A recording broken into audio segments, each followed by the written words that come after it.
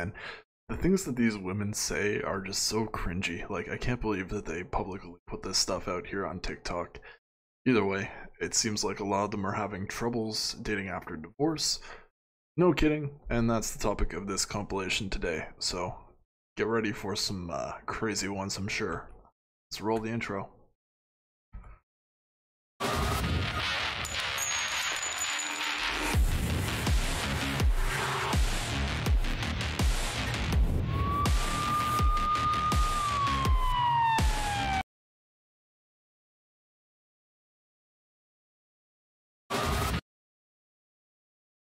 Single the better part of 7 years. 7 yeyears. I mean, I've had little things here and there, but nothing that's been significant. And sometimes when I'm lonely, because I get lonely, I look at women like this and I'm like, how did they get a husband?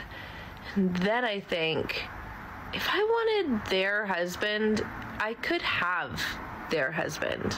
There's a plethora of their husbands available on dating websites. But then I get my shit together and I remember that it's these piece of shits that shame people who have left abusive relationships and are single in comments that are the real assholes. Those people. And yeah, Beth, if I wanted your husband, I would have him. You can keep him. I'll keep being single and you keep being with the guy who gets rub and tug. What a piece of shit, honestly. It's like every time I watch one of these TikToks where the woman takes absolutely no accountability for the reason why they're single, they're divorced, what have you, it's just, if they would probably feel much better about themselves if they'd actually taken responsibility and realized I was probably the reason, in this case she was the reason why my relationship ended.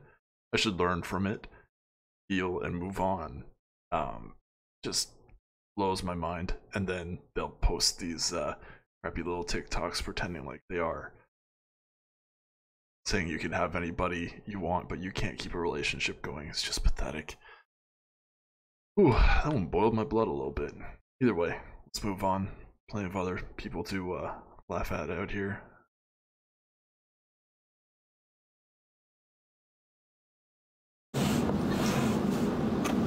You know what time it is. It's story time. About what? My dating life. Because this is a funny one. So, I'm on a date.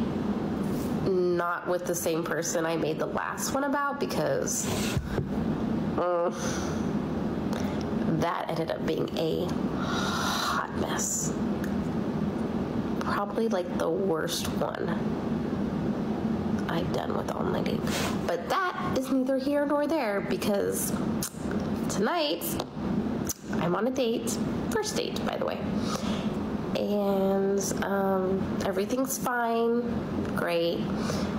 The waitress comes to take my order and my date is wearing a shirt and like a jacket, and the waitress comes to take our order, and while I'm ordering he starts to take off his jacket, which I could see out of the corner of my eye.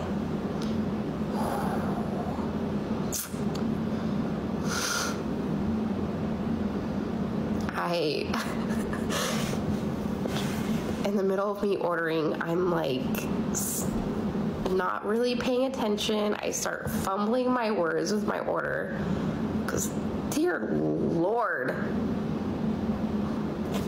you have that nice of a body that I could see with a shirt on? That can't be right. Like, I'm like, focus, put your order in for dinner. Anyways, I was like, this is embarrassing. I can't talk straight. Like, I've never seen a man with a nice body in my life. Maybe not that nice. It was pretty nice. Anyways, couldn't place my order. Looked like a freaking jacked whatever. Like I was stupid. Couldn't talk straight. Couldn't pay attention. Sir, put your jacket back on. Okay? I can't concentrate. Not with all that going on.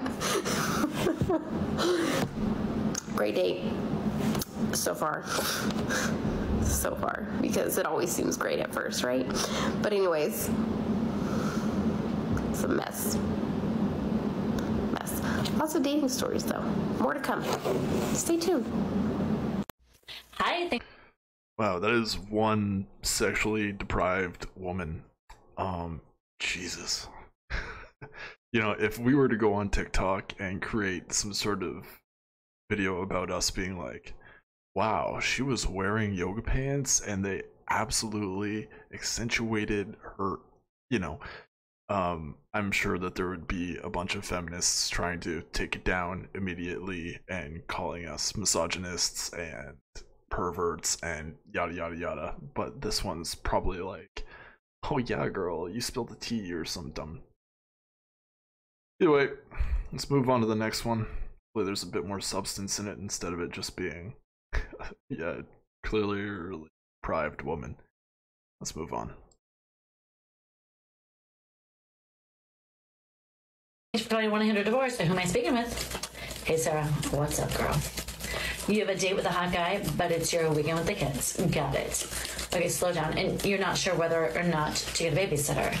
Have you tried scheduling the date for the weekend you don't have the kids? Oh, wait, what? I'm sorry. You're worried he won't want to wait that long? Then find another date.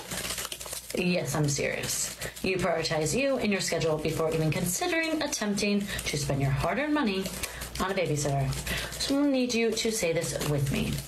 I, Sarah, am prioritizing myself and my children before changing my life to meet the demands of another man. I'm worthy. I'm enough. And I know that one single date will not make or break my ability to attract and find the man that is worthy of my mother trucking time. Got it, Sarah?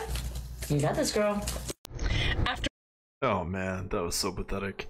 Yeah, we're gonna take the exact same advice and we're just gonna move on to the next person that's in our inbox. It's just not worth it. Also, for those of you who are dating single moms, don't ever pay for the babysitter. It's their responsibility. It's their child. If they're going to put themselves and their child first instead of realizing that a relationship could mean combining, they just don't care. They just don't care.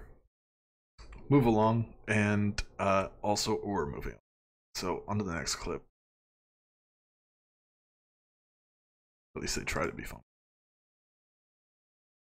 Being on the dating apps for almost 2 years and being ghosted, stood up, and generally treated like crap, I had a breakdown on TikTok and decided to get off the apps completely. I stayed off for 9 months, did a lot of self-reflection and changed a few things, and 3 weeks ago I got back on the apps and I'm having a completely different experience. So let me give you update number 3. Where we last left off, I had an experience where I had a great date, and after Googling him found out he was a liar, and so I moved on and still chatting. Actually got on Hinge, so I'm currently on Facebook dating, Hinge, Tinder, and POF. Now this is a lot for research purposes. You might know that I have an ebook that's dropping soon about the apps, and some of these apps I had not used for the last 9 months, so I went back on to check them out and also to try my hand at dating a little bit. Let me tell you, when you raised your standards and you stick to them no matter what, and you use that unmatched block button, your experience does improve dramatically. Finding much higher quality conversations. Not everything works out, not everyone is meant to be, but at least I'm not getting pics and ridiculous comments and insults or just really rude things, even sexually, said to me. That has really dropped a lot. The moment I even think that it might be coming, it's a block or an unmatch. Latest, I had a couple of matches and chats that started. There is one person who I am talking to consistently who we have a lot of in common and a lot of fun stuff in common, like music and movies and sort of pop culture type of stuff. And I'm really enjoying that conversation. So we'll see where it goes. We've started talking about maybe getting together for coffee or something like that. So hopefully that comes to fruition, and we'll see. He did pass the Google test. I did Google him, and so far, actually, what I found was actually really good, because it turns out we're also on the same page. Politically nice, really high standards for himself as far as what his social justice is, or what he believes, and I do too, which is really nice. So we'll see where or if that goes anywhere. But again, just having fun with the process, and I'll be back to share some of the things and some of the changes that I've made that hopefully, if you're looking to have a better experience on the apps, maybe will help you too. Thanks. Talk to you soon. Oh my gosh. This incredibly average woman is having a tough time on the dating apps. Excuse me. That's not a good sign, especially when they hold the power in the digital game of online dating. This guy is probably going to get bored of talking back and forth without any action. If he's listening, ask her out on a date if you're really interested, or move on, because not worth it to just keep on blabbing and not getting anywhere. Let's be real. Either way, I don't know why you'd want to date someone like that. Good that you have things in common, that's great. But anyways, speaking of blabbing, I've been blabbing on for nearly 12 minutes now. Thank you for your time and attention. I'm just gonna move right along and get on to the next video, and I will catch you there. Always do your due diligence so you end up on the best side of the dating pool, if you choose to date. Bye for now.